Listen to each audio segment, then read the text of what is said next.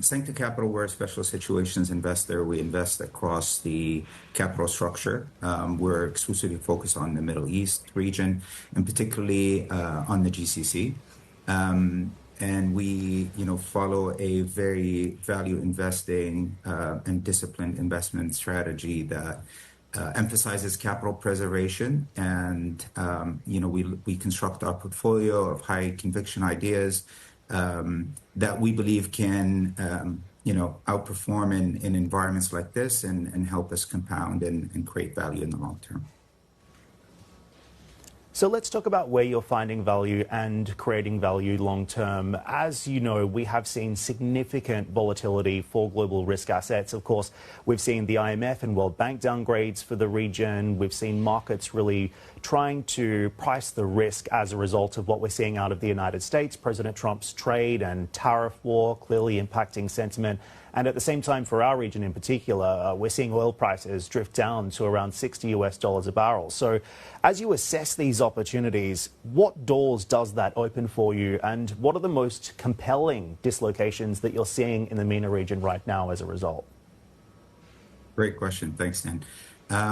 So I think, if we think about this environment that we're in an environment where policymaking is a little bit unclear, uncertain. That increases the risk premia to investing in general. In the region, there hasn't been really any direct impact per se from the reciprocal tariffs, but there is an obvious indirect impact on the region vis-a-vis oil prices, which we see as a proxy for global growth. So in an environment like this, we also don't think it's kind of fair to paintbrush the region and just say, this is a region that is correlated or heavily correlated to oil. We see opportunities in Saudi as being fundamentally different from what we see in the UAE. Even within the UAE, we see distinct differences or investment drivers that distinguish Dubai from Abu Dhabi. Kuwait is its own secular growth story. And, Bahrain, Qatar, Oman are different. If I was to kind of examine those countries independently, I would say Saudi, we view Saudi as a multi-year socioeconomic transformation story. Today, it is still early in its economic diversification journey. Therefore, it's reliant on oil. It's more, the government derives the majority of its revenues and receipts from oil. So if we see an environment where oil pulls back significantly more, where and the country runs into more meaningful current and budget deficits, we could see a government meaningfully scale back its fiscal spending, and that could have a drag with it the non-oil economy. And as a consequence, cause valuation multiples to contract and spreads to widen. If that happens, I think that would be an opportune time for us to invest in Saudi, because currently we feel that spreads are a little bit too tight, and valuations multiples are now reflective of the risk premia associated.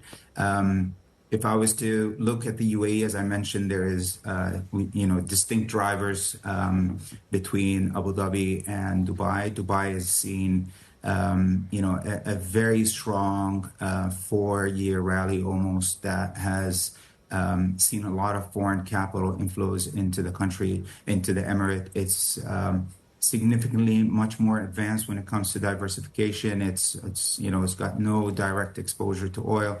The theme in Dubai has been population growth, tourism, logistics. So, and that's reflected in the valuations. We believe valuations in Dubai are fair.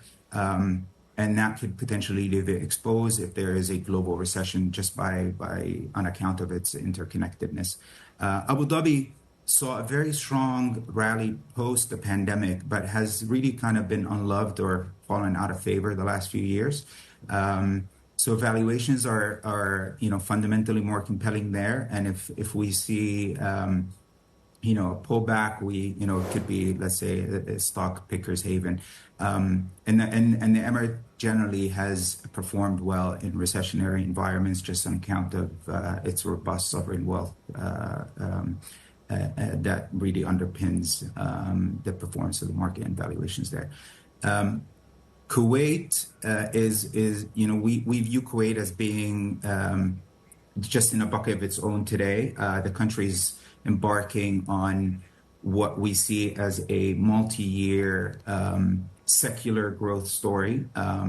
Last May, the current Emir suspended parliament, installed a new government of technocrats that's really been taking very decisive action when it comes to reform.